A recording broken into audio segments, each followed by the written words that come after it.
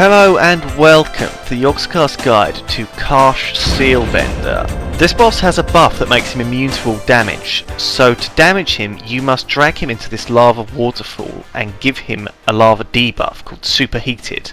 Every stack he gets will make him take 10% more damage, but every time he gets a stack he will AoE the raid harder and harder, so don't get too many stacks. When his debuff fades off him, the vents will spew fire, so be careful not to stand on those. After a little while, fire elementals will spawn. They have about 80k hit points, and when they die, they will create lava pools on the floor. These lava pools actually function like the waterfall, so if you drag Karsh into the lava pools, he will get stacks of his superheated debuff and start exploding.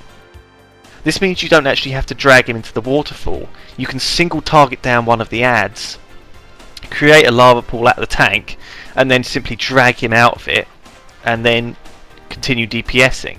If you get very good at this, you can single target down one ad, stack it up to 4 stacks, and then before the debuff fade, you can give him like 1 extra stack, for example, and take him to 5 or 6, and then let the debuff fade. That will give you a lot more DPS time, and it will be an efficient way of doing it.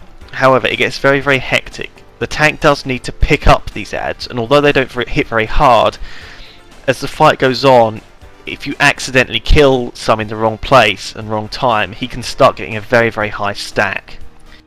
The best tactic here is to drag him around the centre circle and not do what I did, which was start dragging him back towards the group. The reason I did this was because no one was moving, and I thought we were probably going to wipe anyway, since this was like our first go.